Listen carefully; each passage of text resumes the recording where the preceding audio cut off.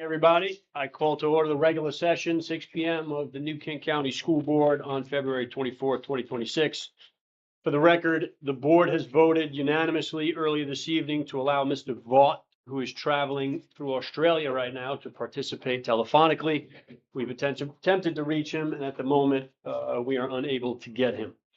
At this point, do I have a motion to come out of closed session? So moved. Mr. Brodsky has the motion. Do I have a second? Second. Mr. Reimer has the second. Ms. Davis, please poll the board. Mr. Pagano. Aye. Ms. Cunha. Aye. Ms. Dombrowski. Aye. And Mr. Reimer. Aye. All right, motion is passed unanimously. Ms. Cunha, could you please read the certification of the close? Yes, sir. Whereas the New Kent County School Board has convened a closed meeting in the state pursuant to an affirmative recorded vote and in accordance with the provisions of the Virginia Freedom of Information Act, and whereas Section 2.2-3711 of the Code of Virginia requires a certification by the New Kent County School Board that such closed meeting was conducted in conformity with Virginia law. Now therefore be it resolved that the New Kent County School Board hereby certifies that to the best of each member's knowledge, only public business matters lawfully exempted from open meeting requirement by Virginia law were discussed in closed meeting to which the certification resolution applies, and only such public business matters as were identified in the motion convening the closed meeting were heard, discussed, or considered by the New Kent County School Board. Thank you. Do I have a motion to approve the certification of the closed? So moved. Mr. Reimer has the motion. Do I have a second? Second. Ms. Cunha has the second.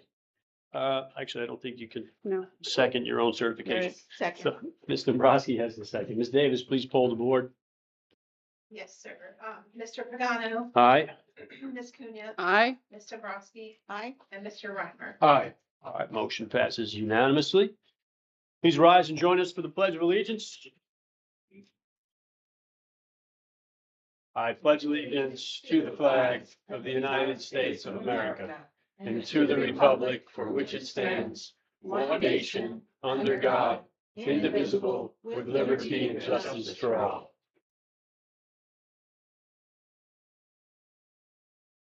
All right, everybody, the first section on tonight's agenda is presentations and recognitions and school spotlight. Dr. Nichols. All right. Yes, sir. This is a first for us since we've been doing Senior of the Month and Athlete of the Month. Never, ever has that been one and the same person. But I will tell you, the young man you're going to meet is truly one of a kind. So Thomas Moore is our Senior of the Month. He's also our Athlete of the Month. He was going to be here via video because he has a regional playoff game at 8 o'clock, but he can make all things work. So he is here with us now, and then we'll be on the court. So I think Thomas wants to talk to us a little bit about his journey, his plans, and I got to interview him for our podcast last week, and I'll tell you, it's by far one of my favorite, if not my favorite, conversations, and you'll see why very quickly. So, Mr. Moore, podium is yours.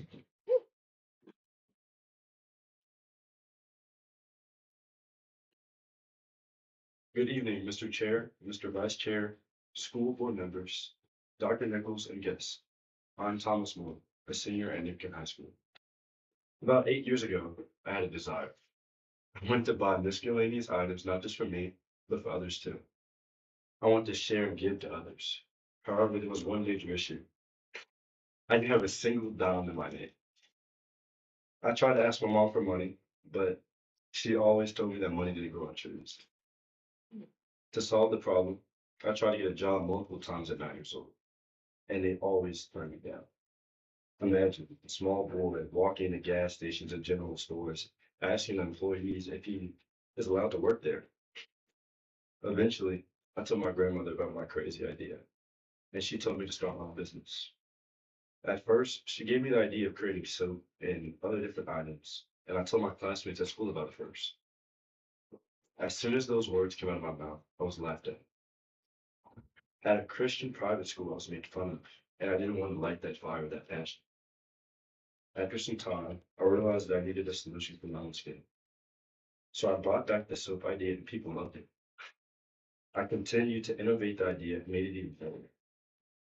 I created TMC, a skincare line that has actually now holds customer expectations and experience very highly. For me, going to college is an important step because it gives me the chance to build upon what I've learned, grow as a man, and network myself for a meaningful career. I plan to attend a university and double major in entrepreneurship and sports psychology. In college, I will continue to work my business while trying to expand it globally to all. My goal is that one day, whether it is in England or Australia, that TMC will be right around the corner for you. As an athlete, I will continue to stay around the sports world. With that, I will strive to be a mental health advocate for athletes. The college will give me the foundation that I need to reach that level. Over the past 12 years, I've attended 3 Christian private schools throughout Virginia. Each one shaped me in some way, but when I got to New Kent, I learned far more lessons than any of them taught me. This school has shown me that I've set the standard, both in and out of the classroom, and teachers and staff have truly made that difference. I'd like to shout out Ms. O'Connor for teaching me to hold on to my faith in everything I do, and guiding me through the way I got it. Mr. Bell for reminding me to always have fun with what I do, and Mr. Crump encouraged me to reach for the galaxy because I'm truly already at the stars. Their support has shown me why New Kent is truly extraordinary. At this time, I would like to thank Principal Strickland for selecting me to be the class of 2026 Senior of the Month and Athlete of the Month. I'm truly honored, and I also want to thank her for writing my recommendation letter for the Harriet Bird Leadership Award, playing a central role in being selected for this award. Her support and efforts have made a real difference for me, my classmates and fellow student athletes that I will uphold with me for as long as I live. Finally, thank you to my family for always supporting me and being here with me tonight. Thank you for picking me up when I fell and smacking me across the head when I did something wrong. I love you guys. As I've discussed some of my entrepreneurial goals, I would like to share a little bit more about my business. At this time, I will share a small token of my appreciation for rewarding me with the title of Senior and Athlete of the Month. I hope you all enjoy.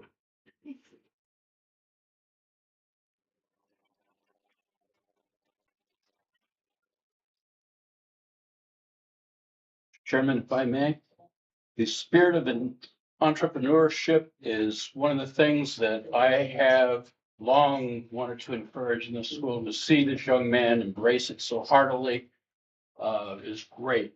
I wish you all the success in the world. Yes, so Hear, that's hear. incredible. Thank you. Yeah, Kathy, up tonight. Thanks, sir. All right, so I've got your Senior of the Month, and not to be outdone, you stick with Jeff. Now, I should keep these until you win tonight, but we'll go ahead and give it to you. Okay, all right.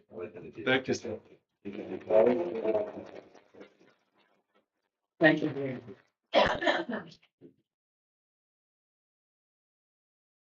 So McThomas has his own Etsy store. Is that correct? But you're also, your products are in several places that you can Yes. purchase. It's awesome. Yeah. I was not quite as amazing as you at that age, and probably not yet either. But thank you, Thomas.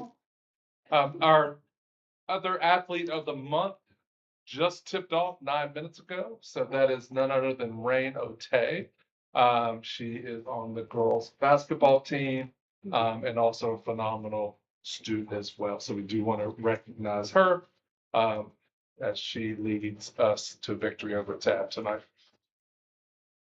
All right, Mr. Pagano, our next recognition is National School Counseling Week. So February 2nd through 6th, so this has passed, was National School Counseling Week, and we celebrate our school counselors because they do amplify our students' success. So you see our fantastic counselors there by school, from New Kent Elementary all the way to New Kent High School. We could not do this work without our fantastic school counselors. So National School Counseling Week. Thank you, Dr. Nichols. It is also School Board Clerk and Deputy Clerk Appreciation Week. So on behalf of the New Kent County School Board, we sincerely thank our clerk, Ms. Johanna Davis, and our deputy clerk, this guy, Dr. Brian Nichols, for their professionalism, diligence, and steadfast support of the board. Your careful preparation, attention to detail, and commitment ensures this board's work is conducted efficiently and in full compliance. The reliability and collaborative approach are essential to advancing our mission in service of students and the community and help this board perform its duties. We greatly appreciate the high standard of excellence you aim to consistently provide. We appreciate and thank you very much. Right.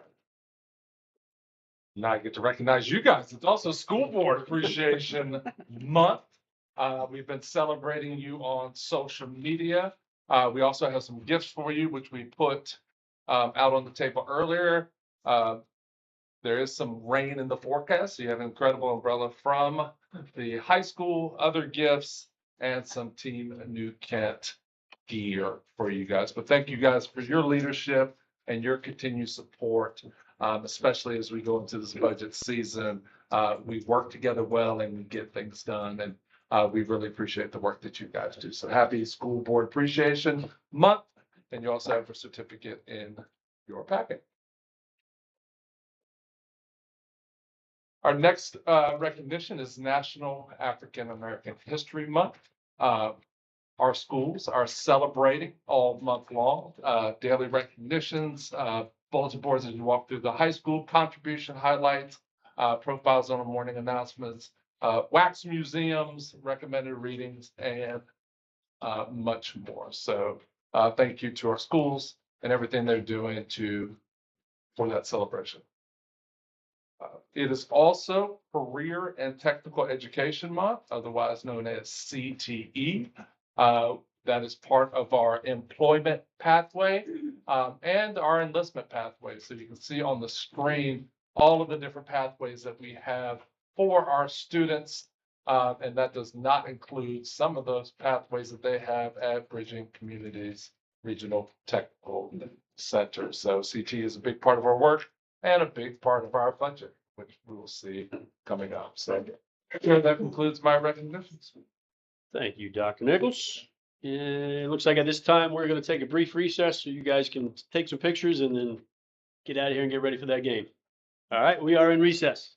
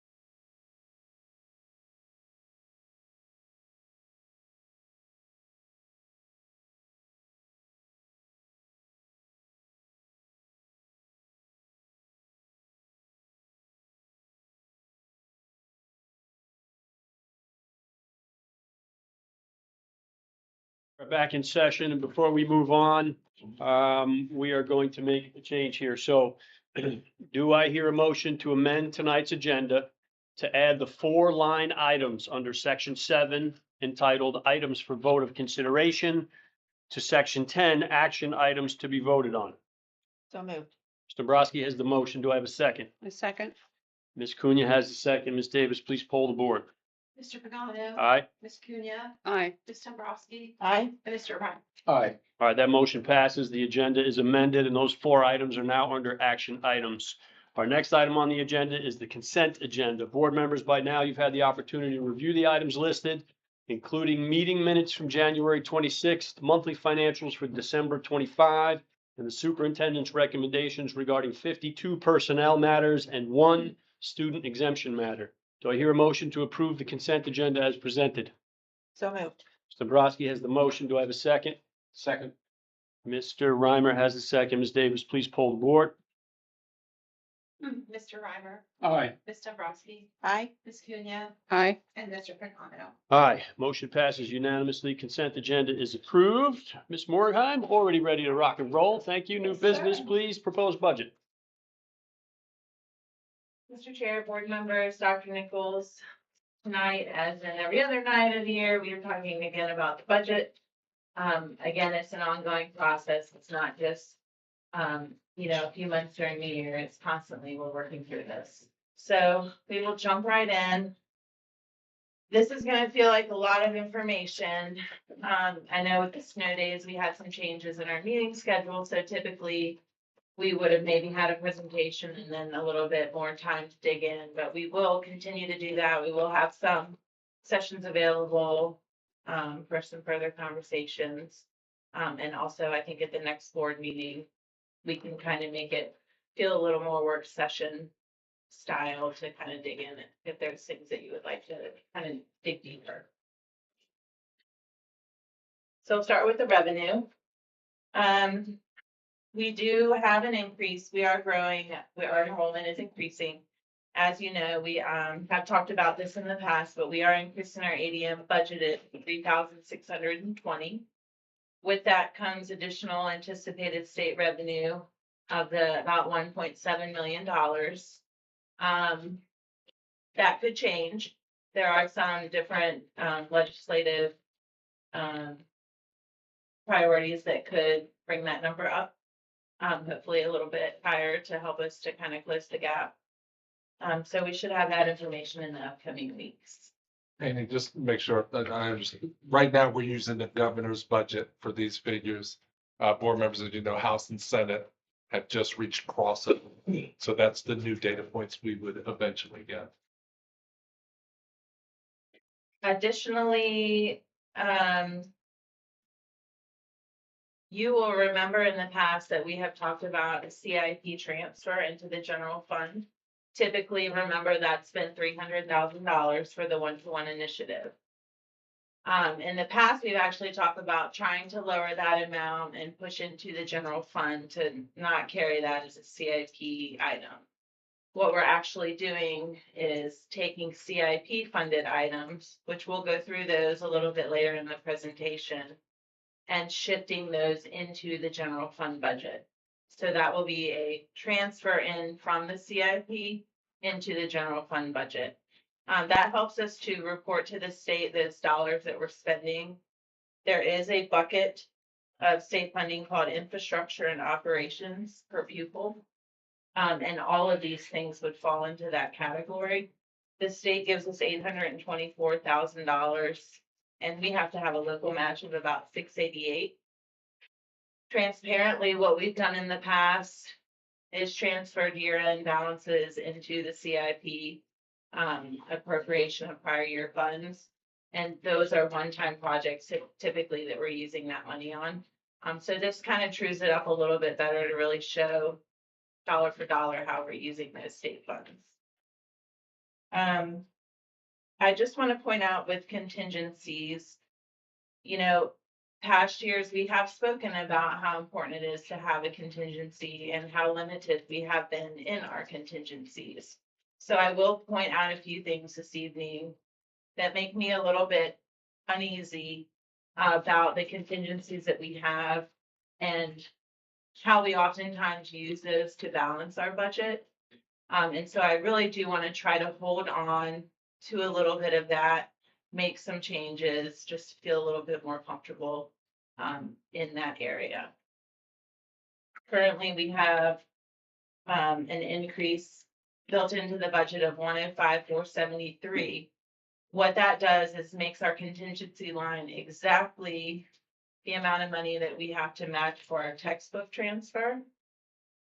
We do have other purchases in the division and in the budget that qualify for that match. So there is a little bit of wiggle room there, which is usually why I reduce that line item to balance the budget. But I really would try to hold on to that if we can, if at all possible. Next slide, salary and benefit adjustments. So in 26, in the current year, we did make some changes. So just knowing every year, and this is where we're really looking at the budget year round, if a position comes up, we're looking at how can we use it differently.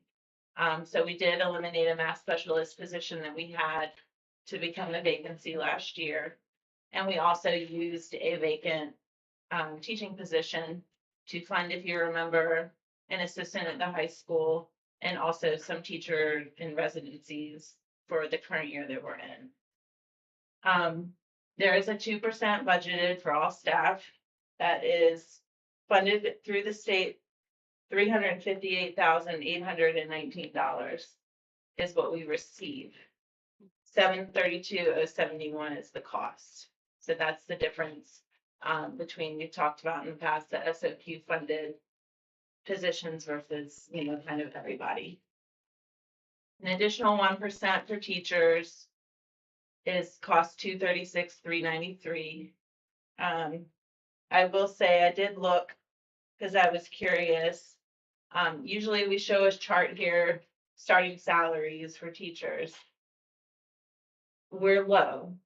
But I will say that doesn't feel as applicable these days because we are on average hiring step 11, for example, from the current year that we're in. I feel like we're doing better because we are decompressed in our scale. And Ms. Anderson may say, maybe it's a little harder if she does get a new teacher, to competitively say we're not as high as somewhere else, but I do feel a little bit better about higher up in the scale. Well, we do have a lot of master's level teachers and our rates on that scale are very good. And we've intentionally done that. I did look over the past 5 years, we've increased our master's starting salary by 20%, which I think is very, very good, shows that we're committed to that. Ms. Morgan, just to interject real quick, point of clarification, these two increases are just budgeted. They're not contractual obligations at this point with Correct. employees. Currently, this is what we are proposing. Absolutely. The And the VRS 2% is actually, the state is providing or planning to provide their share Right. of that 2%, but yeah.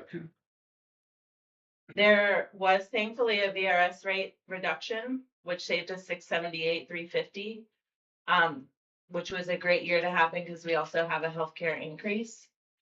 We are looking at an 11% anticipated increase in our healthcare, but we are trying to lower that, working through, really kind of wait until the last minute to see where we end up.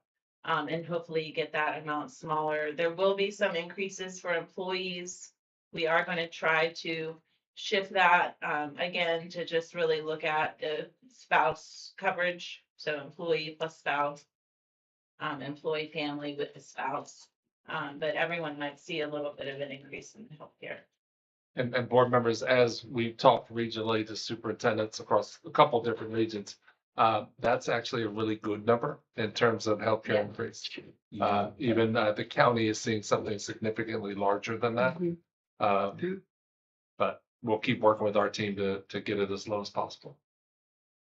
I know that the War Hill amount is, Sir? and I know the War Hill amount's significant. Yeah, so just talking regionally, it's people are looking at, that's basically BRS is offsetting Not quite, but helping to offset a Very healthcare much so, increase. yeah. Mhm. The next slide is really just looking at, oh, and I do want to just point out that our salary and benefits are about 84% of our budget. So really, that's why we spend so much time really talking about the salary and benefits. It's a big part of what we do. We're a people business. Transportation scale adjustments. So the cost above the 2% would be 214,698. And what we're proposing is that our bus drivers hourly rate be increased to start at $23 per hour. That is more in line with regionally what we have. It could be a smidge, just like a little bit higher than that even. But we felt comfortable that we could get more drivers to come if we increase that rate. We feel that's very important to do, to fill those positions. Board members, folks that are at that rate or actually a little higher than that are not having the vacancy issues that we continue to struggle with. And then talking to our drivers and talking to transportation. I know it's a significant cost in the budget that doesn't have a lot of additional revenue in it. But we really need to close the gap on the number of drivers that we need. Within that number as well is an increase for our car drivers. At $17 an hour, and the bus aides as well as $16 per hour. For our paraprofessionals, we really are looking at the differential between levels of paraprofessionals. So we have a level 1, 2, and 3. It's a general ed paraprofessional, it's a special education paraprofessional, and then a special education, more of a high needs type of a special education para. So previously it lined up in that it would go one step higher for a level 2 and then one step higher above that for a level 3. We've spread that out so that a level 2 is 2 steps higher and a level 3 would be 4 steps higher for those individuals. And that total cost above the 2% increase would be $60,097. Supplemental adjustments. Really, when I'm really trying to tie these supplements to a bachelor scale, to something that typically would increase each year. If you remember our stipend scale, for example, for our coaching stipends, does tie directly back to a pay scale. So that annually, when you get a cost of living adjustment, those will go up a little bit as well. So we are trying to tie back the lead teacher to be 4% of a bachelor's, and that would increase it from $1,405 to $2,185. The admin interns would be 8%. It would increase from $3,493 to $4,370.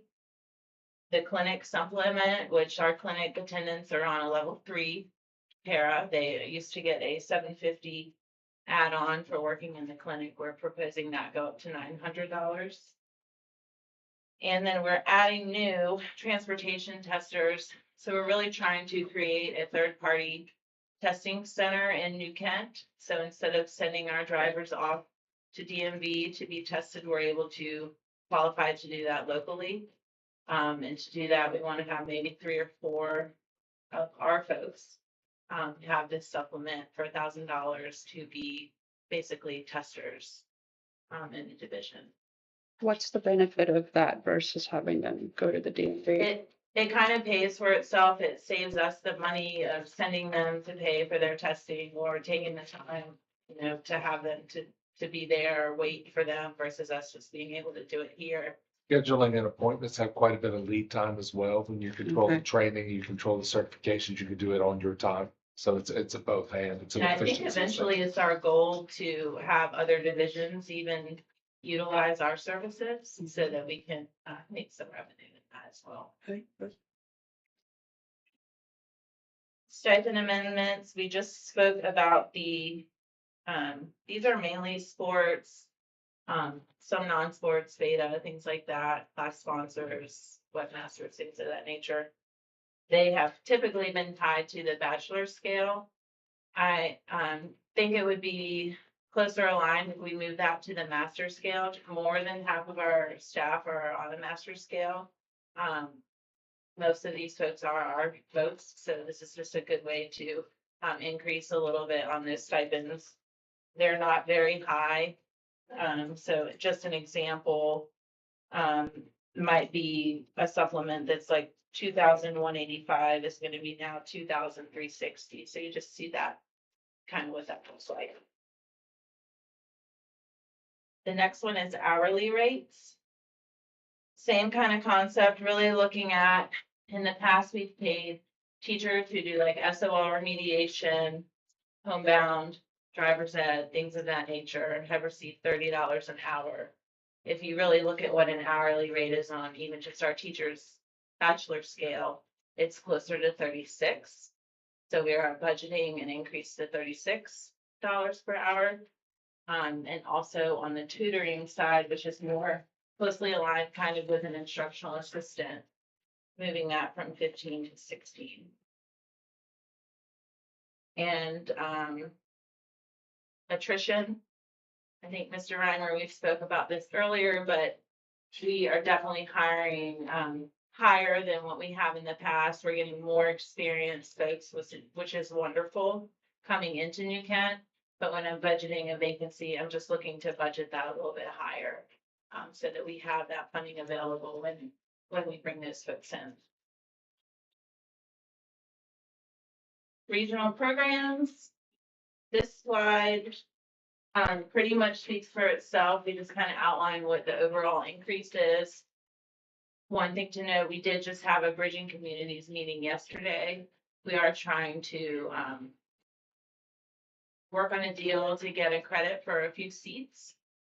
So that could potentially be a savings of about $11,000 if that's approved. There's lots of different things that New Kent specifically does for bridging. We're their fiscal agent, we're their HR, we help with technology and all those kind of things. So we worked yesterday with their board, which we're a part of, to say, there's a cost associated with all of that. So could we get a credit back for all the partnership that we do? And the board landed on really crediting us for 2 seats. So we'll still have, they haven't voted on it, so that's why we're using this language. We have 93 seats there now. We would pay for 91. So you would see a little bit of a savings there, which is what other regional schools do with their partners. Saving money. Saving money. Not really.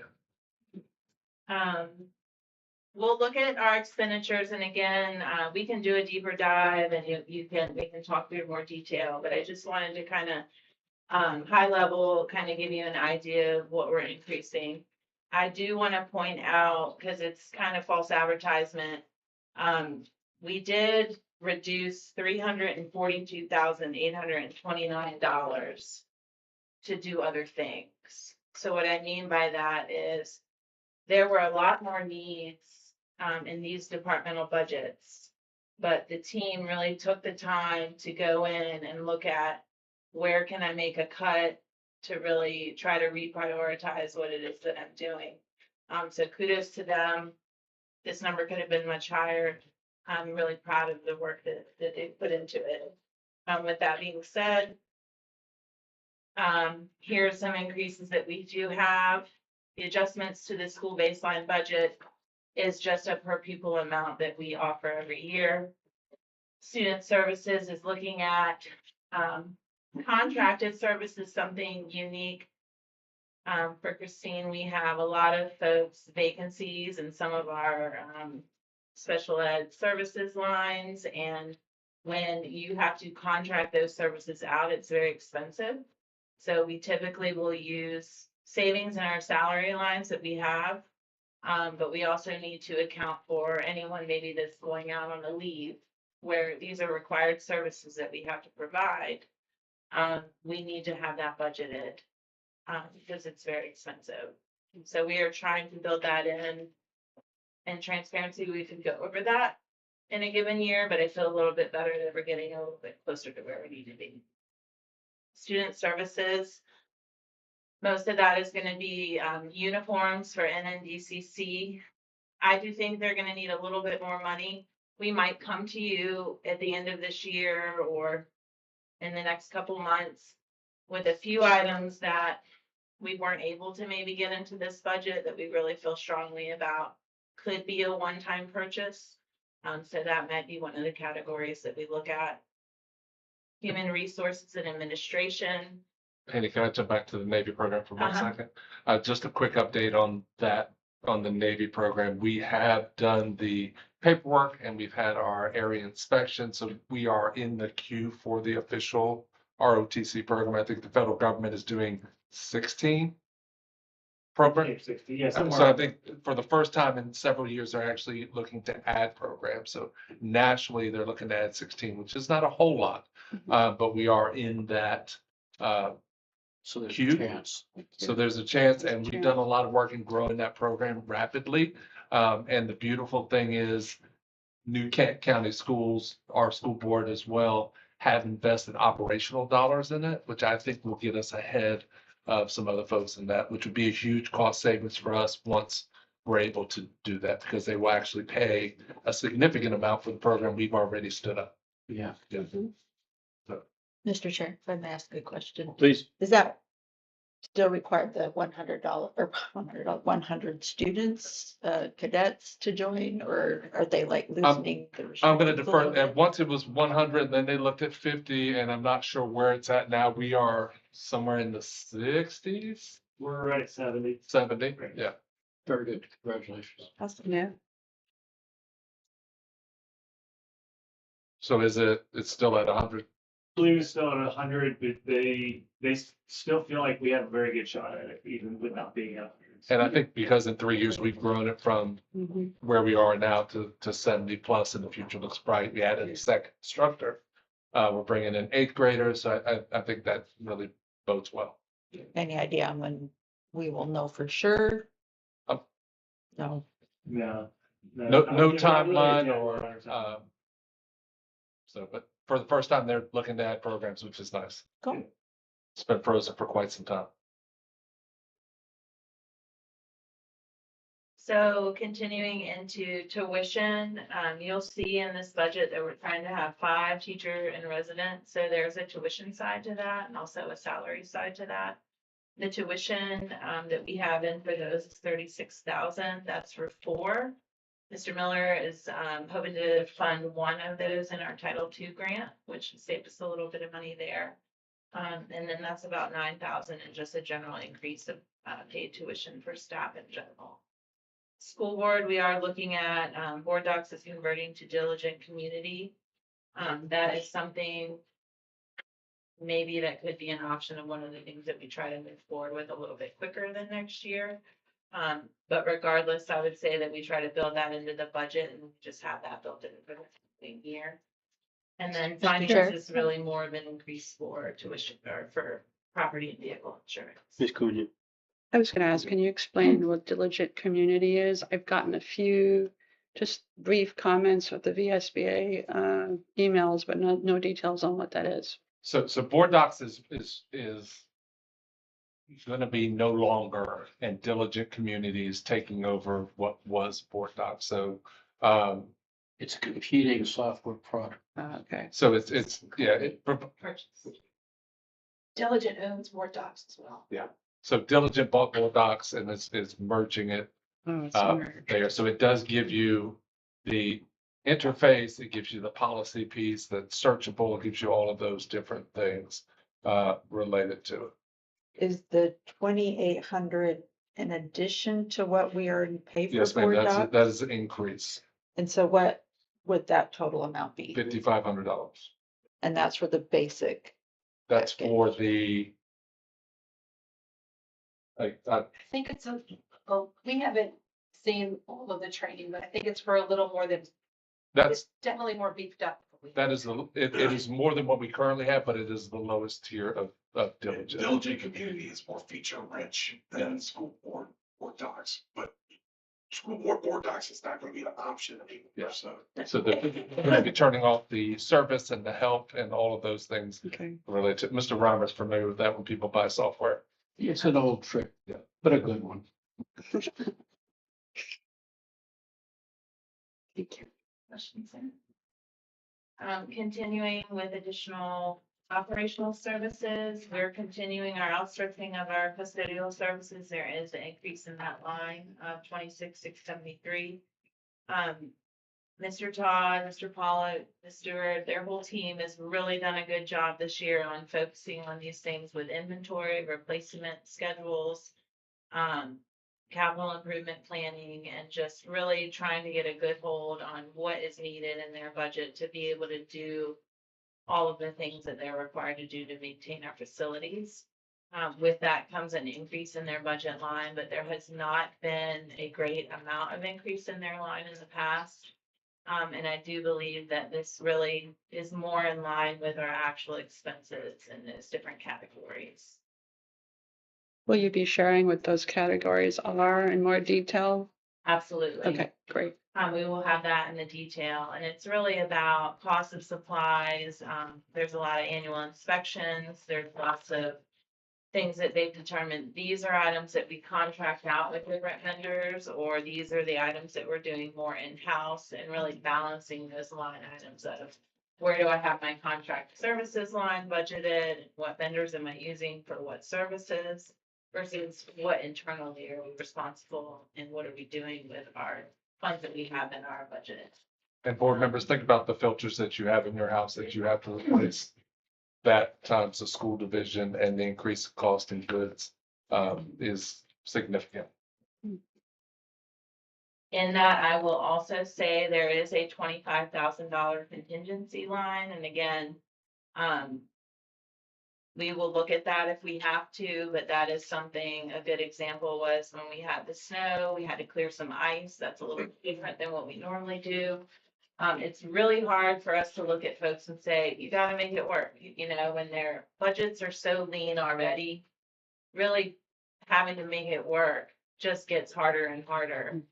When there's not a lot of wiggle room there. And board members, we don't budget for that kind of ice removal, and we were not able to do that ourselves. That took some specialized equipment that we should not be purchasing because it's not fiscally responsible. That would allow us to have that flexibility, although I hope we never see it again. Transportation has a minimal increase, really, that's just rising cost of materials, parts.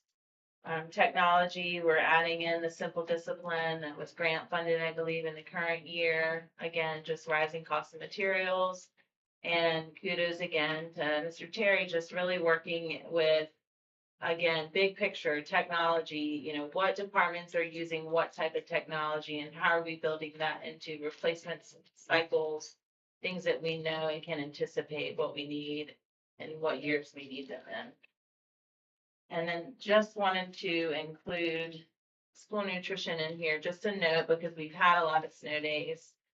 That really is a consideration for us as they, you know, do fund their own budget line items, and that's a significant loss in revenue for them on a snow day. It's about $10,800 a day. So if you add up kind of all the days that we have, just to kind of give you a preview that may be something that we have to pull through either their fund balance or help to provide some additional support for that department. Position requests. I'm not gonna stand here and read these to you. I will Thank you. say that the two elementary teachers most likely would be New Kent and Quinton. Currently speech language pathologist, again, we have a lot of vacancies there, so that's where the contracted services comes into play. If we have this type of a position, it's a little bit lower, we might be able to fill it a little bit easier. And they could also do those similar things and we would save a little bit of money there. And board members, most of those positions, either you've seen before, because there were prior years that were unmet, and are directly related to the growth that we're seeing in our student population. Growth in number and then growth in need of students. So whether it's the special education teacher, paraprofessional, PE teacher, to elementary teacher, like it really comes back to, I just want to emphasize when you see we're getting additional state monies because we have additional kids that we have to service. Mr. Chairman, Mr. Runner. on these requests this year, I think this is going to be very important that we rank them in terms of importance. And specify consequences if we don't have, Last part, Mr. Remmer, I missed. specify consequences if we don't have that position. And we're also being creative in here. You see it towards the bottom, second from the bottom. converting an existing social studies position to English because the need at the high school has moved to English, just in terms of numbers. You have 300 plus eighth graders going into that freshman class. So we're not just adding, we're also converting and shifting. So, but point well taken. Thank you. And we do have that written up already, Mr. Reimer, so that will help us, as we go through and kind of start balancing with the revenue that we have. So that's everything that we kind of have included right now and what we're proposing. I just wanted to put out there, these positions are not included, but equally as important, maybe just not prioritized as high. Just to kind of let you know that division leadership, supports these positions wholeheartedly. These are obviously positions that we could argue that we need, but we know that, that funding is not really available. But want to definitely just put that out there. And I will say, board members, I think organizationally, we're at a little bit of a tough spot in servicing the needs that we have with the existing personnel. Like at some point, we need more hands. I think we're at an inflection point. Yes, sir. Yeah. I think that's a good way to put it. So right here is 1.3 million. I think we could do really well with it. But it's just not feasible because we don't even know if we get the previous 1 million in. But our students have those needs, our families have those needs. We've just got to go after a way to be able to support it. Just wanted to bring back the capital improvement plan. We have had this conversation. I think the only change here is there is a line item for elementary school playground equipment, which we were able to add in, and that's a high priority. We have GW needs some support in their playground. Eventually, New Kent Elementary will have some needs. It does already. So that will support that. And you kind of see a little asterisk by a couple of these items. Those are the items I was telling you about earlier that are transferring into the general fund.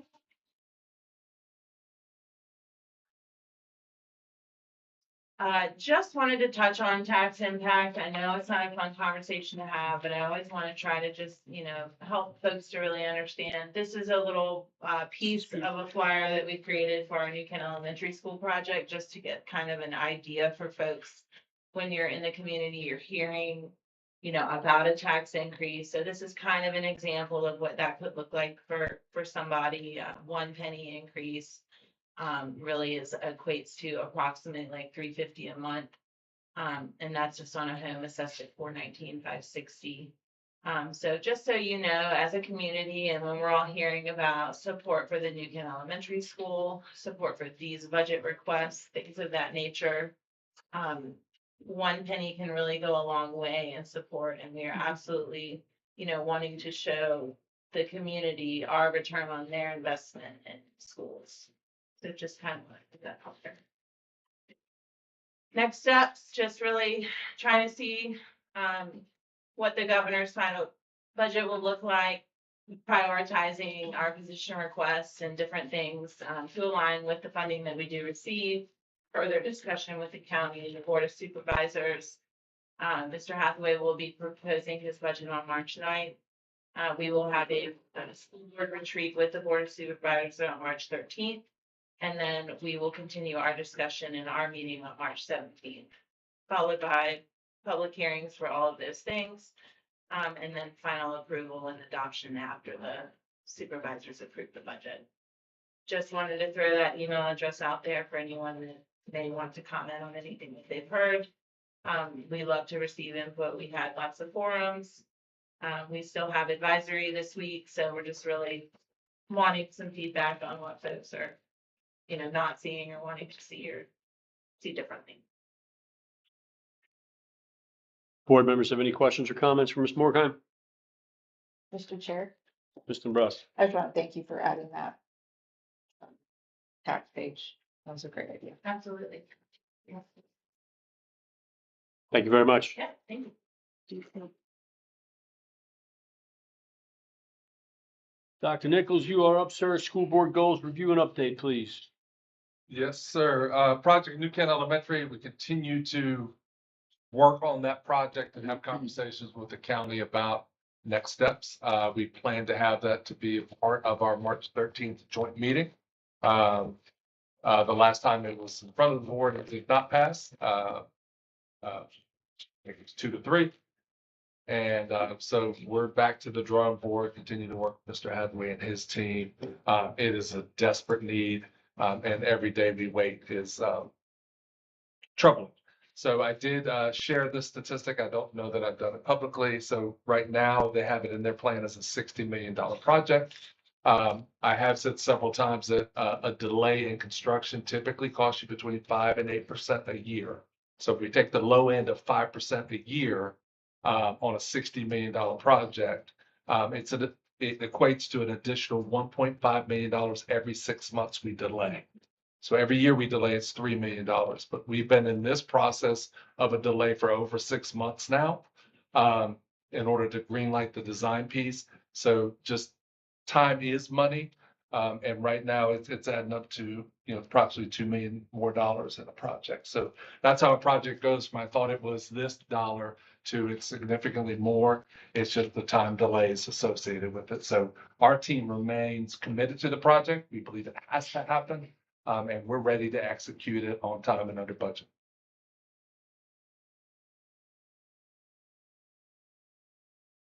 Oh, thanks, sir. The second one, I gave the strategic plan update. I gave that to Ms. Morkheim with the budget piece, really focused on goal 3. Next month, we'll be doing a highlight on goal 2 with our recruitment and retention. So under that strategy, policy review and revision. Policies are loaded on board docs and they are current. Our team is going through regulations and doing reviews. And we're also working to create a form repository. Forms change. And when there's a form in the policy, sometimes that form does not get changed. So you'll be seeing at some point, I'll let you know in the update when it happens, it'll be a link to the form. So when the form changes, the link still goes to whatever that form is. I did share with you last week that we've updated the GIS map. So special thank you to Mr. Terry. That does connect to the policy piece, but now the GIS map in partnership with the county, you put your address in that tells you your school zone, but it also tells you who your school board member is. It tells you who your board of supervisor member is, and it tells you where your voting district is. So we're taking care of a lot of questions with one click. So continued work on that. Thank you to everybody that has gotten that up and moving. Fantastic. Thank you, Dr. Nichols. All right. Items for consideration. Mr. Reimer, you are up, sir, with a proposed policy change to policy JEC, admitting tuition students. The floor is yours. So currently, our policy explicitly bans tuition students. I believe there are benefits to allowing tuition students. First of all, it gives us some additional revenue that we can control. West Point has capitalized on recruiting tuition students, and it's a significant part of their budget. It promotes New Kent as an exemplary school district. With the improvements in our test scores and our status as a top 10, number 7, I believe, was the last I heard, school district in Virginia. Recruiting tuition students would help us spread that message out and would also, once we start accepting them and we gain a reputation for being a place to come for exemplary education. I think it would benefit us. That kind of reputation would benefit us in a lot of ways. Once again, I point to West Point, which has a reputation as a school that in some ways I think is a little bit undeserved as being one of the better schools in the area. And over time, it may allow New Kent to enhance existing and develop new academic programs because the increased student base and the additional revenue might allow us to enhance our programs in some ways, or keep existing programs that we might have to cut because of the revenue losses that we're seeing. The section that explicitly bans it is quite simple. It says school board does not allow tuition students. Proposed change would be tuition students are allowed under the following conditions. School, I must have cut something out. School facility and staffing are adequate to accommodate additional students. The approval of the superintendent after reviewing the application for the tuition and the approval of the school board and the payment of tuition. So what I wanted to outline here, and also stipulates that students would provide their own transportation to the school. What I wanted to outline here is the administration and the school board would be in control of who would be accepted into the school. So we would have some choice in the students and have a formal process for asking for tuition. And I fully expect, Dr. Nichols, that you guys would, I want this to be your program. And so you would create the form in a way that would help you facilitate and choose students. That's my proposition. It's fairly simple. Any questions? And I invite questions from the administrative staff as well, if that is allowed, Mr. Chair. Yes, sir. Mr. Chair. Ms. Cunha. Asking the experts in the room, does anyone see any negative? What are the negatives to doing like something like this and changing the policy? It sounds very positive and it can be very helpful to our division. Ms. Cunha, I'll go first and I'll defer to them. I think there, and Mr. Reimer and I have discussed these as well. There's a management side of this part that can be extensive in determining is there staff availability, is there capacity? As we're looking to build a school and have some capacity issues, especially in elementary, that is, we don't want to do something that's going to allow or force us to have another teacher in those pieces. And that takes somebody's eye to watch that. So I worry, and I mentioned this in the budget presentation, people are stretched. So you're looking at the team that would have to execute. So one of the 6 people back there would really have to lead that process for us. It's not something philosophically I'm opposed to. I just worry about the management of it and taking care of it. We'd also have to establish regulations, which we've done some of the research on that. And what are the rules related to it? If we accept you in kindergarten, does that mean you're going to be with us all the way through? Or each year it's a reevaluation of it too? Absolutely. We currently do that with staff members, students, staff members, children now. That is not tuition, that is allowable piece. But that review is kind of conducted, and you look at behavior, the ABCs, attendance, behavior, coursework. Are they doing those different pieces? Like all of those, Mr. Reimer would want to have in there, but somebody also has to lead and manage that. So that I think is the greatest worry related to this piece. And that may be a cost of growth of the program because, it's chicken and egg until you have enough revenue to justify the addition of a manager that will fall on the existing staff. Can we place a cap on the number of students we admit? Well, there's an implicit cap with regard to adequate facilities and staff. Yeah. You have 13 grade levels, so it wouldn't be a specific cap. It would have to be related to space that, Right. and the way you schedule middle and high school is very different than elementary.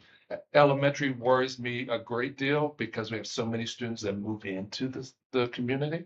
Yeah. I was thinking, especially at this point, elementary would be off the table because of exactly those issues.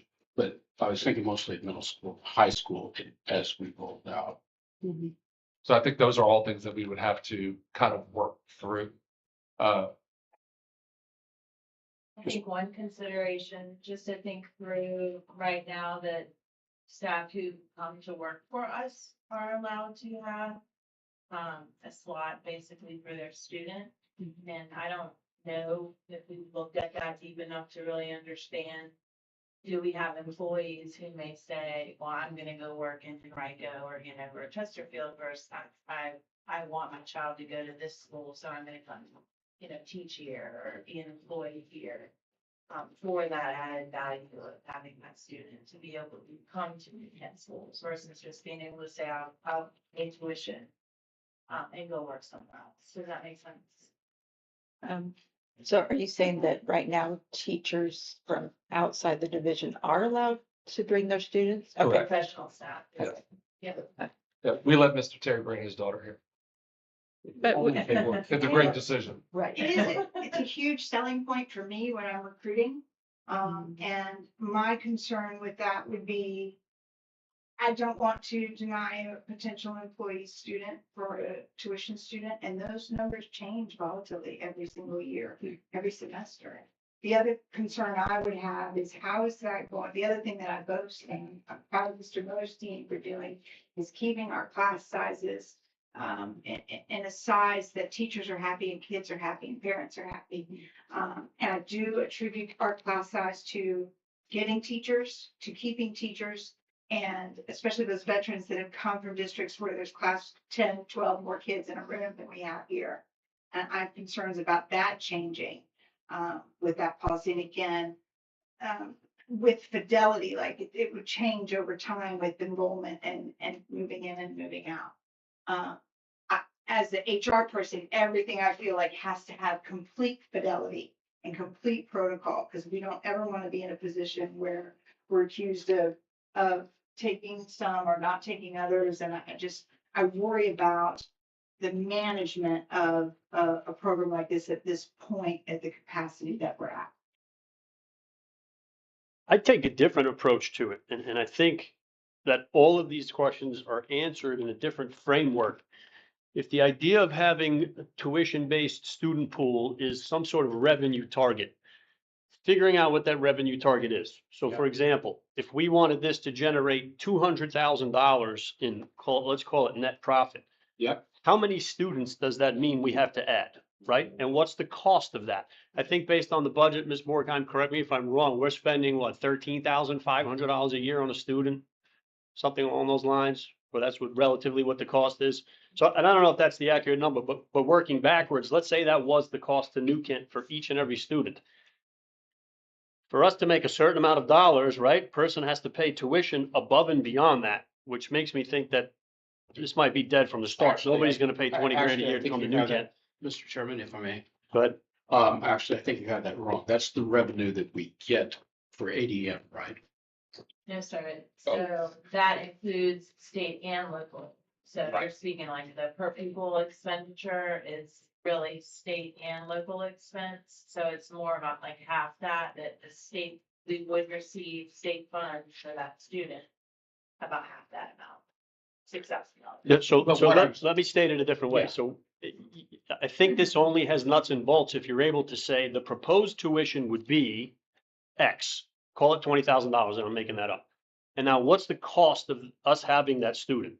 Let's say that cost is $15,000. Well, Right. there's $5,000 that maybe New Kent made, but if that's eaten up in management because we need to hire someone else, that revenue doesn't really exist. It doesn't really generate it for us. I And take your point. and it could be the other way around too. So, I don't know that we have any anecdotes to compare that to outside of West Point. I don't know what West Point's tuition is. $3,200 per student.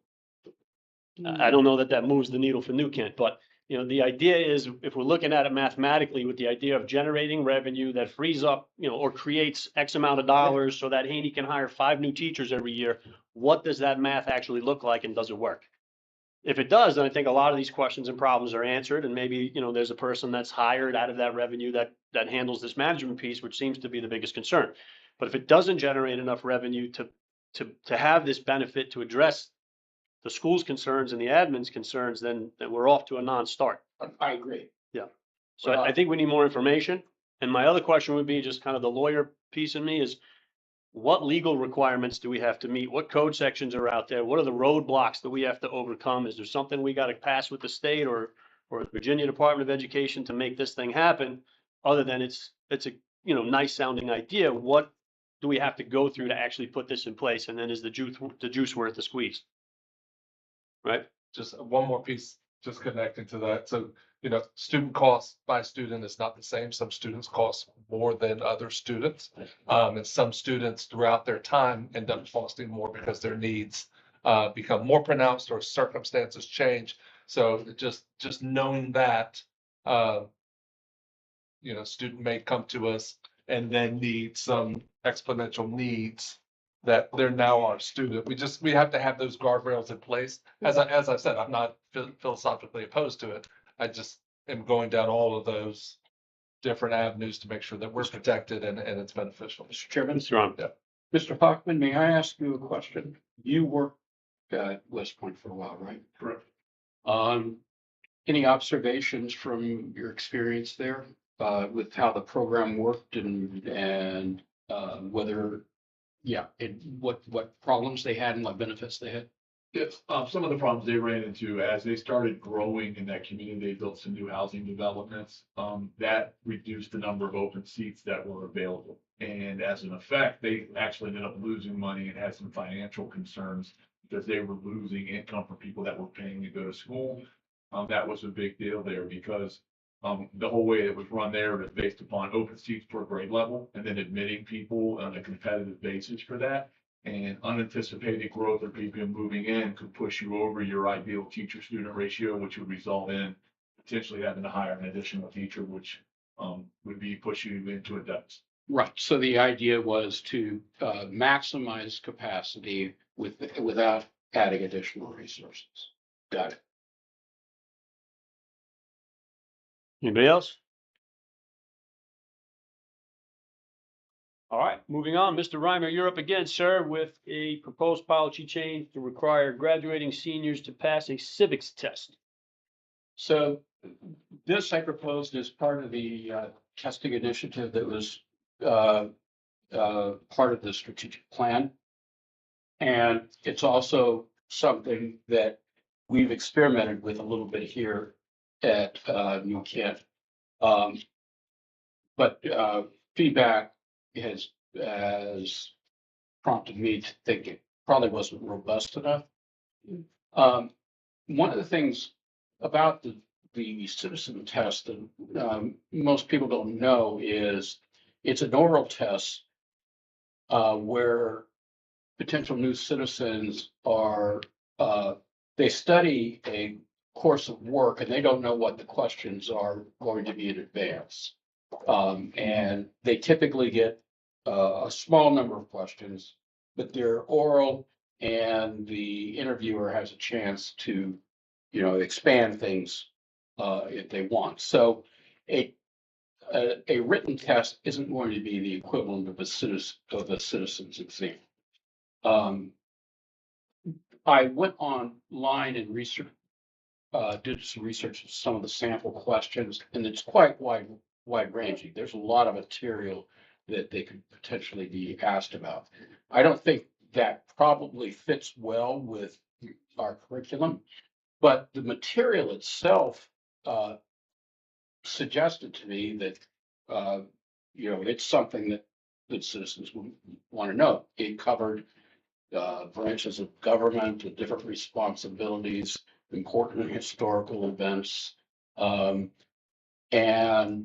the course material, and I assume that our civics curriculum is similar in nature to what a citizen would be required to know in order to naturalize. What I wanted us to do is have a standardized test that allowed a student to demonstrate that kind of knowledge. And test would focus on the basic structure of our government, our knowledge of federal, state, and local institutions, required knowledge of different branches of government, the respective powers and jurisdictions, and required knowledge of our rights and responsibilities, the scopes and limits of our government's power. Like I said, I added a link to the study questions that naturalized citizens study from 2025, and I thought it was a good set of knowledge to have. that is the general framework I think the citizenship test should be. I don't know that it's the board's duty, responsibility to develop the test. I'm not sure how the other testing initiatives have come about so far, but as part of our general testing strategy, I thought that this would be important. Any questions? Mr. Chair, Please. on the agenda, it indicates that this is a policy change to require it to make it a graduation requirement. Is that still? I misspoke. Passing civics requirement, Okay, so just passing civics, but that would still implicitly be a graduation requirement. which in and of itself is a graduation requirement. I just wanted to make sure I understood whether or not you wanted to add this as a specific, separate graduation requirement and that they have to pass this. No, I think it's part, like I said, I want it to be part of the testing initiative that as part of our strategic plan that we put on some months ago. So, Mr. Chair, if I may ask Dr. Nichols or maybe Mr. Miller some questions. Can you explain what high school students currently do as part of, I understand that they take a government class, Mhm. and in that government class, it's a required class Yep, also. that they take as a senior, Yep. and that as part of that class, they are required to take a form of the US citizenship test. Do you know what the details of that citizenship test is as it stands? Yeah, so currently, so the naturalization test, that Sharon spoke about, there's approximately 128 questions that could possibly show up on it. That's what the civics questions they're linked to are. A naturalized citizen has to be able to answer 10 of those that are randomly selected. So that you're prepared for all 128 questions, and then just 10 are randomly selected and given to them. Currently, we do have all of our students, when they go to government, take a sample of that. It's a 20 questions off of there, to show, hey, how are you doing with those questions? And a lot for their knowledge of, hey, these are things that you should know, and how are you doing? We do collect their scores off of them, and use that sub to guides, or, okay, so how are we doing on instructing in those areas? And then did you already say this? Sorry, did you say that 12 is required to pass out of the 20? Say again. 12 is you have to Yeah, that would be what would be required as a passing score. have the passing score, but it's not given orally. So It's just given. And And is it given at the end of the class, I'm guessing? actually, they just recently took it for the spring semester, so it's not actually at the end. And I will say that is a small subset of the assessments we do. That's just a thing. When you look at the standards that government students have to know, it is far more extensive than that. And they do take quizzes and tests and benchmarks and exams and civics for us, because we're in the Commonwealth of Virginia and the standards say so, starting kindergarten from what is a citizen and those pieces to branches. Second grade teacher, I taught the branches of government. That is kind of what's outlined in there. So there's no shortage of assessments for students to show proficiency in order to pass 8th grade civics. So just a reminder that 8th graders take a class that is called civics. And it is an entire year focused on being a good citizen, and what a great time to do it in middle school. Those are, just some of the pieces that we have in a well-rounded civics education for students. So Mr. Miller certainly knows way more than I do, but that's just kind of my piece on it. Is it fair to say that passing the civics exam is an essential part of passing that class, or is It's one assessment that we one use. assessment? And we did it for students to show proficiency, but we really did it so they understood what the process was to become a citizen. Yeah. If you weren't, born in this country. So it's I think it's really twofold on that. Yeah, the bigger intent there, is to see what the naturalization process is like. Got it. Our exam for government is far more rigorous and our test and detailed. So I'll put our government kids up against anybody. So with that in mind, is there anything that you, Mr. Reimer, would propose? Like augmenting the test? Would you want to look into maybe making it more difficult? Or Well, it depends upon the purpose. since we have the civics test, and I guess are you really making it a policy proposal? Because I don't think it's an actual policy. I mean, are you listening? I'm just wondering what your policy proposal is. The policy, this was just intended as part of the policy we've already proposed, which is that New Kent would develop its own tests and standards in particular subject areas, right? Do you know how that policy number is? Or what- I didn't reference it, I'm sorry. That's okay. I looked up the like graduation requirements policy, but given that we've. No, this moved was- past that. We voted on this, I forget which minutes, I read the minutes of it to make sure. Can't remember which meeting it is right now, I should have been part of it. For me, it would be just helpful to see exactly how you're looking to amend that policy.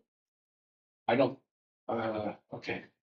I'll go back and do a little bit more work on how it fits into the policy and what was proposed. And since it's already in place, yeah, exactly what are you proposing? Since it So, sounds like we have a test in place that addresses these.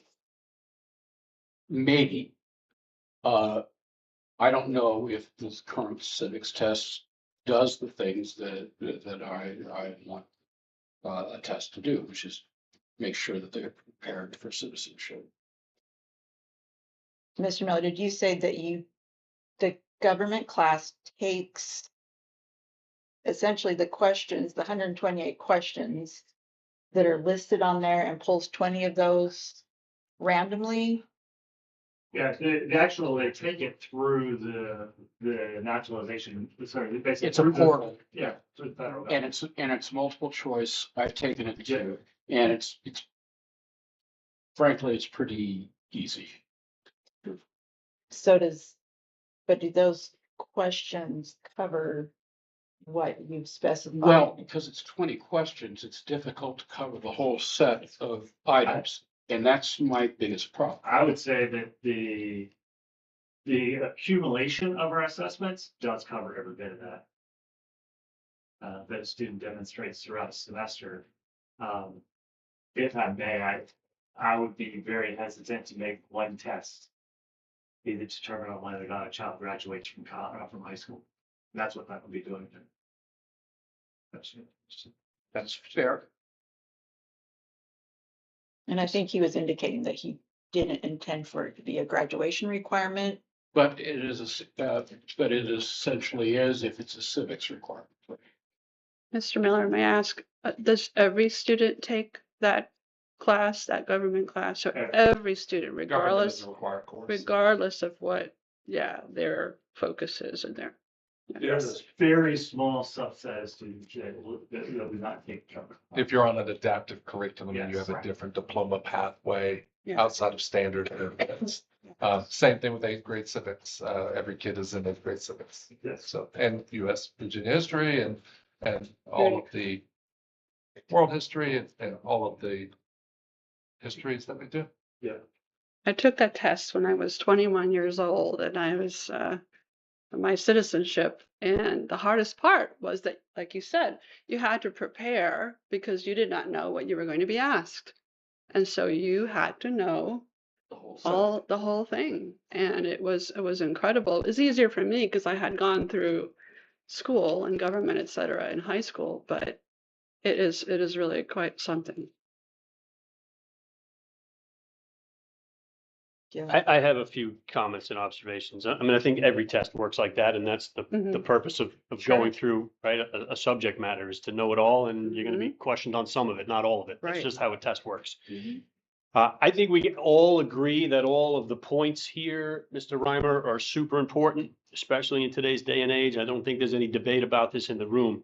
Mm. This seems to me to be, although very well intended, redundant. It seems that what I'm hearing is these issues are already addressed. There are already things that our students are required to take, 8th grade in civics, government in high school, all required. I mean, I remember learning this stuff in grade school and so on and so forth, the different, checks and balances, the departments of the government, all this other stuff. So I have a feeling that we're trying to solve a problem that doesn't exist. And maybe cart before the horse here, but maybe if we looked at, and I also don't know entirely that this is so far down the hole that it's not necessarily in our purview anymore. Remember, we're a board of governance. That now we're deciding or talking about what type of test somebody should take or what the material on the test is. I don't know that that's maybe too far down the line, especially with our role in agreeing that, contractually and otherwise, that the superintendent and the admins and the people that do handle the day-to-day operations of schools and classrooms at that basic of a level. But maybe the answer is, before we decide that this is a problem that needs a fix, that we look at what's actually happening, look at these tests, look at what's going on in a class on any particular year, look at quizzes and tests and figure out that all of this stuff is addressed and probably addressed very, very thoroughly. And we don't necessarily need to take this any further. I mean, what problem are we fixing if we don't know that there's an actual problem? Well, can we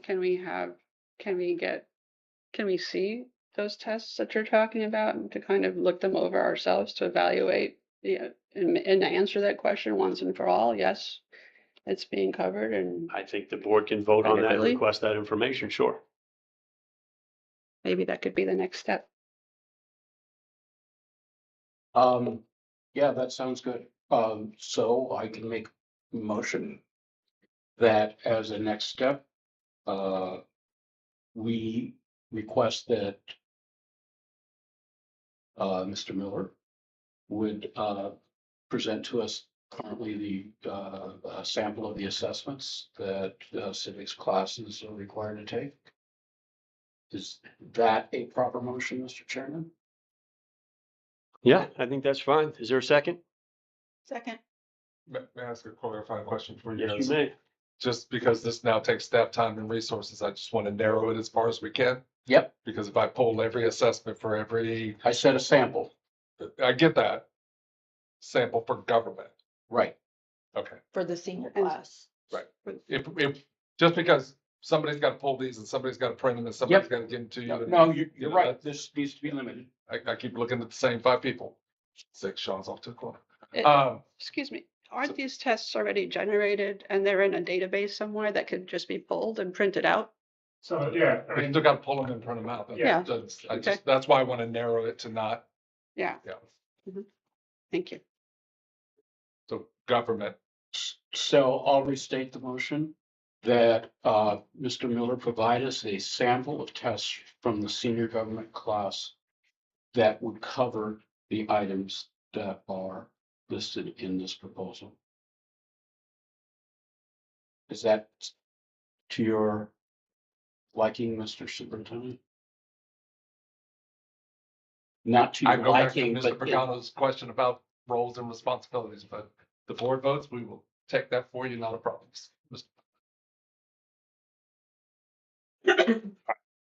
So you've now made an amended motion. yes, Is there a second? I second. Ms. Cunha has seconded. So the original motion is now tabled. The motion before us, as amended by Mr. Reimer, please, Ms. Davis, poll the board. Mr. Reimer, aye. Ms. Dombrowski, Aye. Ms. Cunha, Aye. Mr. Pagano. Aye.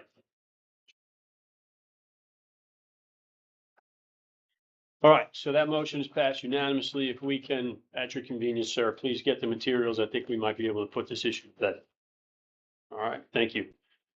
All right, next one is the 250th anniversary / reading revolution. Ms. Cunha and Ms. Dombrowski. Thank you, Mr. Chair. As our nation celebrates the 250th anniversary of the Declaration of Independence of the United States, I would like to ask the board to request the school division to provide specifics on the activities and special events our schools have planned to commemorate this important milestone in our nation's history this current school year and into the 26-27 school year. If there are no set plans in place, I ask that the board require that they be provided in a timely manner. While the Second Continental Congress voted for independence on July 2nd of 1776, it officially adopted the Declaration of Independence on July 4th, 1776. The signing of this founding document cemented the foundations that were already planted in the minds of many of the colonists, the idea of self-governance, of popular sovereignty, but we would have to fight a long and difficult war that lasted 8 years against the mightiest army and navy of the time in order to officially gain our freedom from Great Britain and eventually establish a constitutional republic. This is an amazing story that must continue to be told so that this generation and future generations will not forget the events and people that shaped American history and were part of the great American experiment that will hopefully continue for generations to come. As an example, 2026 is an opportunity for our students to dive deeper into the Declaration, a primary source document, and have meaningful discussions about the guiding principles that shaped our nation's concept of life, liberty, natural rights, and sovereignty, as well as the impact it had on other peoples and other nations. There are many ways to integrate the 250th naturally into all subject areas: history, civics, math, music, and reading. One example of how it can be incorporated into reading is to adopt the Reading Revolution initiative Ms. Dombrowski will speak about shortly. In closing, I ask that we, as a board, ask all New Kent schools to provide a plan listing sample lessons, activities, and possible special events that will incorporate throughout 2026 to commemorate the semi-quincentennial. This plan can possibly be shared at a presentation mode at upcoming school board meetings, highlighting lessons, activities, events for the following month or months, and then possibly focusing on key events that already took place. I welcome the board's thoughts and discussion on the matter.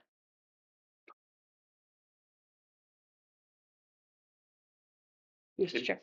Yeah. Anybody have any questions or comments? All right, Ms. Dombrowski.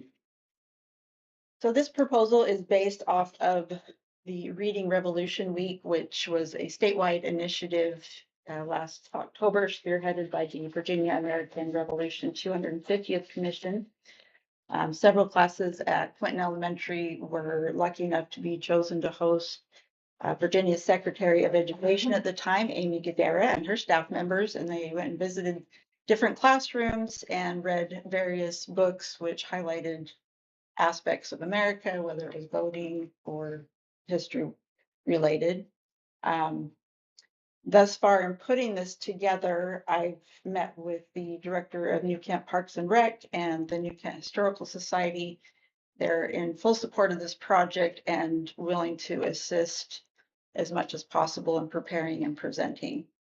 So what I'm proposing is that the school board approve the Reading Revolution initiative, which I would like to be offered to all 3 of our elementary schools. It could be divided and be as flexible as much as possible, whether they want to have it in individual classrooms or within the library setting time. I'm looking probably at the month of May is when we can be ready by. And what the initiative would include is a volunteer, either myself or another participant from the Historical Society. We would visit the school, the room, the library dressed in colonial attire and introduce what the Reading Revolution is while portraying a actual historical figure named Mercy Otis Warren. She was an American Revolutionary era activist, poet, playwright, pamphleteer, and author. So what the introduction of the Reading Revolution is talking about, so what is a revolution? Why is reading so important? So what would be a reading revolution, and kind of get them to really understand what it is that we're encouraging them to do. The second part would be reading a selected book about America, the Revolution, or the Declaration of Independence, The third part, which would be kind of optional, is a special presentation, which would include a poem and PowerPoint highlighting why America is so special and important. And then the last part would be that the children would be invited to make a bookmark. And I just put a draft together. On one end, it would have a embossed sticker to get an idea of, you don't know what it looks like. It's an embossed it's pretty cool, you know, it always makes me feel like it's just old times. But it makes it really official. And what it says is New Kent Schools Reading Revolution. So that would be on one side of it. And then in the middle, there is a place where they could sign their name, pledging that they promise to read every day. And then the last component would be what I envision as a New Kent America 250th logo. And for that, I would like to open up a contest to all the middle and high school students to create something. And then we would put a committee together to select the winning entry. And I've coordinated donations that would be directed to the New Kent Historical Society and then distributed from them for the winning student to receive $250. The purpose is to kind of get them re-excited about reading, and while also learning about our country and kind of trying to bring that excitement, history to life a little bit more for the students. So I put together just a basic what cost it would be. I mean, I don't know the cost, but obviously we would be looking to have the cardstock provided for the paper, for the bookmarks, the printing. If we wanted to get a second embosser or maybe even turn it into a stamp, I noticed that it is kind of hard to hold that embosser. So for the younger kids, they might work better with the stamp. And then I thought it would be fun to have them sign the bookmark with a quill pen, but knowing that probably better not to have little kids with ink. I was just thinking we could probably manufacture something with a marker and get some quill feathers and the white tape and tape it around there. But just to bring a little bit more of that historical aspect to it. And then either ribbon or yarn for the bookmark tassels. Other than that, the preparation would all fall on me and the group of people that I've put together, and then it would be having the schools or the Dr. Nichols or Mr. Miller just create an email that would go out first to let the middle and high school students know about the contest, and then secondly to figure out how to coordinate the visits and when those would occur. Any questions? Yes, Mr. Chairman. Mr. Ryan. Have you talked to any of the PTOs about this? This seems to be a natural fit. PTOs. The PTSOs? Yeah. No, I have not. As far as like getting their help on it? Getting their help, spreading the word, maybe even fundraising. Seems like. Fundraising for like the supplies? Yes, it seems like a natural fit for what they already do.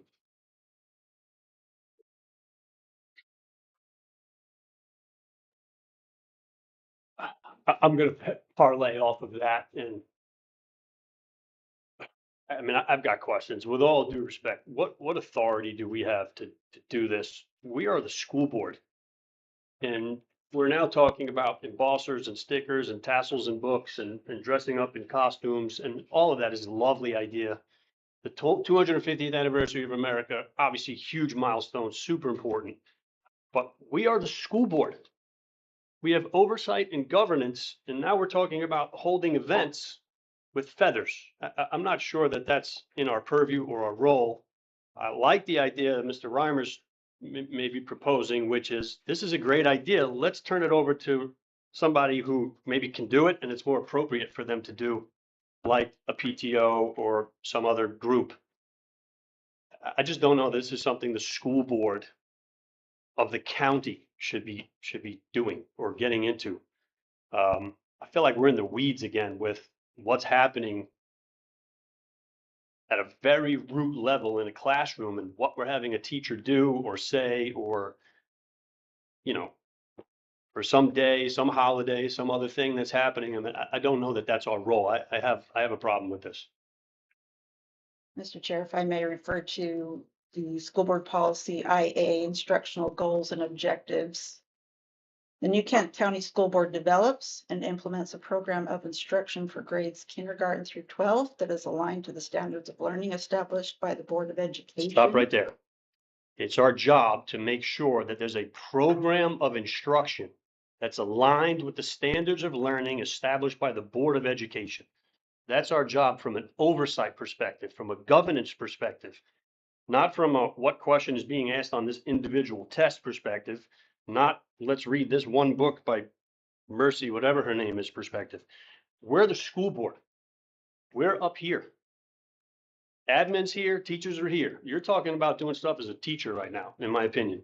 We're up here. We are the school board. We do governance and oversight and hold people's feet to the fire when the standards aren't met and our division goals aren't met and our tests are slipping and our ranking is slipping.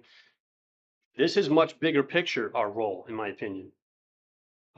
So again, I'm a little concerned about what we're talking about right now. So what is the downfall of me as a school board member voluntarily being involved in this matter, which Well, that's I crafted? that I think is a perfect proposal. That if you volunteer and you help an organization like the PTO pull this off, I think that's entirely awesome and appropriate and the way to go. I just don't think this is a school board function or event that we should be A, taking time with, B, voting on. I don't think that's at our level. But for you to propose this program, and it's a great idea, by the way, at a different level with a different organization, I think is the right method to make this happen. I don't think it's a school board The issue. reason I felt like I should bring it before the school board because I would be taking the time somewhat of Dr. Nichols and Mr. Miller and sending out the emails and making it known. So I felt like that was, instead of just doing it on my own accord, and Once again, it's like a tough thing to balance being a parent and a school board member and a PTSO member. Like, what lines shouldn't I not cross as one person, but as another? Like, if my son has a question or issue with a classroom, I almost feel like a little nervous about approaching the teacher because I'm like, I don't want him to get all nervous because I'm a school board member. Right. And yet, as a parent, I have that responsibility. So I'm just trying to navigate. And the reason I brought it forward is because I feel like we've been kind of encouraged not to take up administration's time with matters that haven't been approved. So that's why I was bringing it before the school board. Yeah, correct. And I understand that. And I understand that some of these areas are gray. And I think if we think, again, second and third effects, right? So this is a great idea, but you know, should the board even be discussing it? But let's say that it is a proper item for the board and we all agree on that, whatever that item may be. The second and third effects of it, and what we're hearing constantly from our team, from our people that we support, is that they're spread thin. They don't have enough money. They don't have enough people. And so when we add a management piece for tuition, it's a problem. We add, you know, so do we necessarily want Dr. Nichols, who leads our school division, and his team to be single-handedly spearheading the 250th anniversary event? I'm not sure. It seems to me, and I think Mr. Reimer's idea, I'm not trying to put words in your mouth, but you know, that launching that idea with your help and you're spearheading it, right, through another outside organization where students can participate in one way or the other, but it's not necessarily through admin, through classroom, et cetera, maybe on that deep of a level, through the, you know, the PTO or whatever historical societies are in New Kent and get the kids involved in some event that they can attend or not attend, right? I think that's the better method to make something like this happen. And again, just based on the content, it's all wonderful. I'm not trying to poo-poo the idea here. I just don't think it's our job to be doing that. I think we're here, we're school board, right? Admin, teachers, down here somewhere is where events and things like that are happening. It's not necessarily, in my opinion, something that we should be doing as a school board. I do think I personally feel like, I guess our oversight on curriculum is lacking, and that there's a lot of things I'm not personally aware of. And I But feel you're like not supposed to be on the day-to-day. I understand that, but we do provide oversight. If I may, Mr. Chair. Please. I have exercised that oversight a number of times, by going and observing, classrooms in session. To satisfy myself of the efficacy of a particular program. I think if you have a particular question and, asking the administration for a chance to visit the classroom, he was more than willing to do that with me. Mr. Nichols, I know I'm speaking on your behalf, but I assume that you'd be more than willing to do that with any board member, to do something similar to what I have done in the past.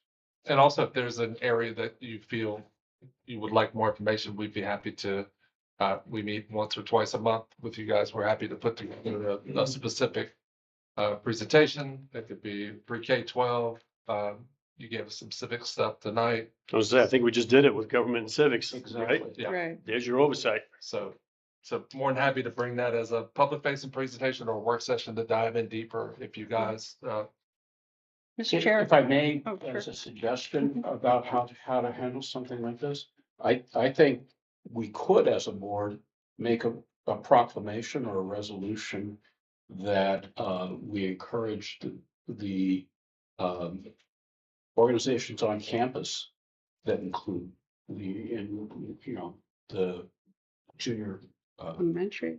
huh?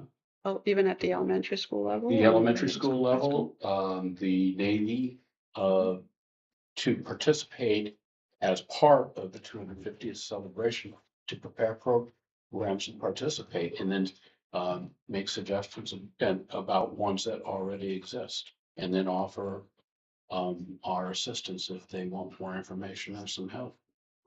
Mr. Chair, Please. I think what I was asking for wasn't anything specific in my comments. It was just, it seems natural, right? This is a major milestone, 250 years. I'm sure that there must be things that at the elementary school, middle and high school, teachers are already planning. We knew this was coming, and this was a milestone. And I guess my request or my ask was that you share that with the board. And I made the recommendation, share some of the key things that are going on in the month or that are going to happen next month related to the quincentennial. I think it's good because it's also kind of a transparency thing. It involves the community. The community listens to the board meetings. We have sometimes visitors that come to the board meetings. And I think it's a special event, a special milestone in our history. And so I was just encouraging that kind of information, any activity, or for example, if there's a spring concert, are they planning to maybe possibly have some patriotic songs or songs related to the topic in their concert? Is there going to be a special debate, maybe in civics class, patriots versus loyalists, etc. So anything to highlight the Declaration of Independence, independence from England in general, and that monumentous event, I think that would be beneficial. I'm not dictating how it should look or what it should be. I don't think that was the intent of the board. Well, it wasn't my intent. The Reading Revolution Initiative is an example of something that can be done at a very low cost. It's already kind of set up, so it's less work for the teachers who may want to implement this. I don't think it's you're not forcing this down anybody's throat. I'm not insisting that certain specific things be done. I'm just bringing out that this is an important event that school divisions should be celebrating throughout the year in various ways. How that looks, you tell us. You handle curriculum, we're the school board.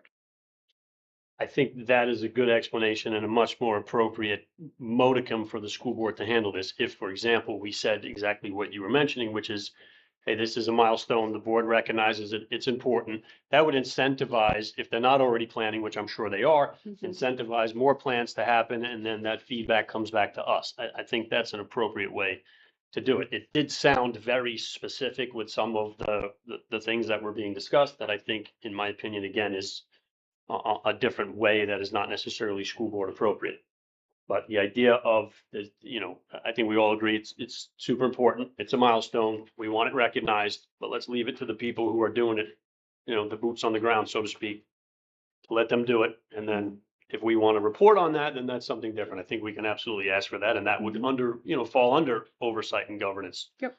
Because if we, John, if I may, please, just real quick, and we do have a lot of plans for the 250th celebration. We'd be happy to kind of organize those for you guys and share them in terms of a quick report or even a recognition piece. But we're really excited about it. It is a big deal. We've actually applied for a grant to have a mobile 250th anniversary exhibit here, so we're finding out about that. So some of it is in play, but it is definitely part of the work we're doing, and we can gather that. We have that. And if you see any holes in it, we're happy to plug them. Yep. Thank you, Dr. You're Nichols. That sounds perfect. Thank you. all right, anybody else have any questions or comments on the 250th / reading revolution? I do have one more question. Please. Would it be appropriate to have and see what the school division, like, do they have special connections as far as purchasing things? Would they be able to get better costs so that we can see how much it would cost to maybe purchase these supplies through the school division? If you don't have any special resources, then we can just figure it out. But I wondered if that would be appropriate use of time. That I'm not sure of. Ms. Morgan, any comment on that? I think in general, the schools have their school budget, so that the activities that they have planned currently, they probably have that worked into some of their, art supplies or instructional supplies, things of that nature. Like typically, for the budget conversation of just contingency funds, there's not necessarily funds to pull from. To start a new initiative, if that makes sense, unless it's something that folks are just gonna need to shift some things around. All right, anyone else? All right, moving on. Ms. Cunha, you are up with the superintendent evaluation. Right. I think the updated version is going to be placed on the screen momentarily. So in November, we had a work session, and Mr. Reimer, you were not present, but we reviewed a draft of the superintendent evaluation form. There was discussion, and based on that discussion and feedback, I updated the form. And the form that is available now is the most updated, the most recent update of that form. I was hoping that everyone had an opportunity to review it in preparation for the school board meeting today, and that we would be able to approve the form as the new superintendent evaluation form for the upcoming school year. Well, I would like to thank you again for your hard work on this. It's been going on for a while, and I know you've gotten a lot of feedback and comments and reworked the forms and took everything into consideration. I am now a fan of this form. I like it. I think it simplifies the process and what we're doing, and I have no questions about it. Yeah. Mr. Chair, if I may. Please. Yeah, Ms. Cunha, thank you very much. This was a lot of work, and I think you did a phenomenal job, so thank you. Thank you. Mr. Reimer, any questions or comments, sir? No, I reviewed it. It looked good. I know I wasn't part of the session, try to get feedback, because apparently you guys, no, it's good. I think it's just. All right, Dr. Nichols? No, sir. All right, very good. We have, next section is unfinished business. We have no submissions. After that, we have citizen comment period. No one signed up. So we are now to action items. So we're going to be a little bit flexible here, given our discussions about these items. We voted earlier to amend the 4 items that are under voter consideration are now action items. Remember, at this point, we are voting as to whether or not we would want to make this an item we actually put on an agenda, a business item to move forward with. At this point, Mr. Reimer, do you have any comments or questions about your tuition proposal? Or do we want to carry that so you can get more information? Let's carry it. All right, so no vote is required at this time. We will carry that. All right, and then Mr. Reimer, again, on your civics test proposal, Until the we carry that until we receive materials. yes.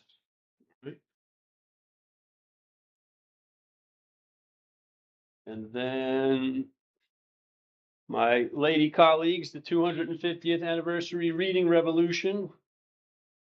Do we have any proposal there from either of you as to how we want to handle it? If I don't need school board approval to work with the outside of the school board, then I just wanted to make sure I was following any necessary protocols. Okay, understood. Ms. Cooney? I think the final proposal that we made to ask Dr. Nichols to share with us the plans, and he said he's got that already in the works, and he's able to share that with us in the upcoming school meetings. That would be satisfactory to me. It's on my task list. Well, before you do that, let's make it official. So do I have a motion to approve as a board the request for information about planned events and or other academic requirements for the 250th anniversary? So moved. Do I have a second? Oh, that was my proposal. Can I second it? Actually, you can, I believe, but it's fine. Okay. Ms. Dombrowski, will you second? I will second. All right. Ms. Davis, please poll the board. Mr. Reimer. Aye. Ms. Dombrowski. Aye. Ms. Cunha Aye. and Mr. Pagano. Aye. All right, so that request is now official, Dr. Nichols. Thank you, sir. And then finally, the superintendent evaluation form as presented. Do I have a motion? So moved. Do I have a second? Second. Davis, please poll the board. Mr. Reimer. Aye. Ms. Dombrowski. Aye. Ms. Cunha Aye. and Mr. Pagano. Aye. That motion passes unanimously. That is the new form. And then moving on, ladies and gentlemen, to the comment section. Mr. Reimer, you're up first, sir. So we're talking about money again. And, you know, Carthage doesn't need to be destroyed again, but you do need to find additional revenues for both the operating budget for our school and for the new elementary school that needs to be built. I know that our county is facing many difficulties, like we have less revenue this year than we taxation. And a lot of the plans for business expansion haven't gone as well as we hoped. Famously, Buc-ee's is now on the horizon quite a ways, and we've lost some revenues from the racetrack. So the revenue picture in the county doesn't look good. But at the same time, the school, I think, has proven itself as one of, if I may, the best features of this county. We have seen under the leadership of Dr. Nichols and this admin team, the school performance, the students' performance, and I want to emphasize that, students' performance steadily increase until we are now one of the best districts in the state. We're going to become a model some of our schools are going to become model schools, right, Dr. Nichols? Yes, sir. And in order to maintain the level of excellence that we are beginning to achieve and allow our students to go on and do even better things and broaden the scope of what our students can do, we need additional funding. I mean, money does not necessarily correlate with student achievement. There is a point where it does start to impact it. And I think we're reaching that point. We're going to have to make some decisions this year about resources that we need. We're not going to be able to have. Our class sizes may be larger than what we had hoped, because we know that the revenue this year is going to be short. Those of you watching out there, or those of you who might see this on YouTube, right now there aren't too many ways to increase revenue. The primary one is property tax increase. And as a property owner who has his assessment ridiculously high, I understand that you don't want additional taxes placed on your property. But the county really doesn't have a very broad tax base at this point, and that's one of the few ways that we have to gain revenue. And as a citizen out there with kids in school, or even as a citizen who wants to see the school achieved, you may be faced with a decision to support tax increase or watch this institution suffer. And it's not the institution, again, that's important. It's the achievement the kids are making at this institution. I know this is a redundant and possibly boring message to many people, but there's a period of time here in this county that all of our services are going to be strained, and right now the school is really beginning to feel it. That's all I have to say. Thank you. Thank you, Mr. Reimer. Mr. Dombrowski? I'll echo Mr. Reimer's comments and just add to that, very grateful for everyone who got us through snow and ice apocalypse. That's a lot of uncertainty and daily trying to figure out what's going to happen next. So thank you very much. I happened to come across a picture on Facebook that a teacher took of Dr. Nichols out there taking care of the ice himself. So I know he and everyone else is very helpful in making sure that we got through that successfully and back to school earlier than other school districts. So thank you for that. Also, my youngest son is a senior and in the government class, and he was ousting me the other day on some information. So I'm very impressed with the teaching, especially since he's not a big fan of government politics, but he knew stuff. So thank you for all that. And I think that's it. Thank you. Thank you. Ms. Cunha? Oh, I agree with everything that Mr. Reimer said, and I also appreciate everything that's done by everyone on a daily basis. I don't think I have anything else to add except my thanks and support for all that you do and appreciation for all that you do. I know that we're always asking more of you, but I think that that's part of what excellence looks like, right? We always ask and expect more of ourselves. And I know that we can push ourselves to that next level. Thank you. Thank you. Short and sweet. Thank you for everybody's hard work, as always. Thank you for some healthy debate tonight, and good luck to the boys basketball team. Davis? I want to call out to the wrestling team, second state champions. All right. Mr. Davis? Yes, so because it is School Board Appreciation Month, I did want to say thank you for your time and commitment to making the county school better. I appreciate it. Thank you, sir. Thank you. And Dr. Nichols? Yes, sir. I get to work with incredible staff and students every day, and I just want to say thank you for choosing Team New Kent. We have over 113 people registered for the Monument Avenue 10K. So we work hard, we play hard, we run hard. It really is a team, and it makes this place incredibly special. We do need a New Kent Elementary staff. They deserve a world-class facility because world-class instruction happens there every day. And girls basketball advanced in the region while we were sitting here. So All right. it's excellence in athletics, academics, activities, and everything else. So also special thank you to Ms. Morkheim. I get to see the tireless hours that go into creating that budget and getting us to the starting point. It is a beast, and she tackles it and comes up with a way for us to continue to advance the academic agenda and improve student outcomes. Those are my comments.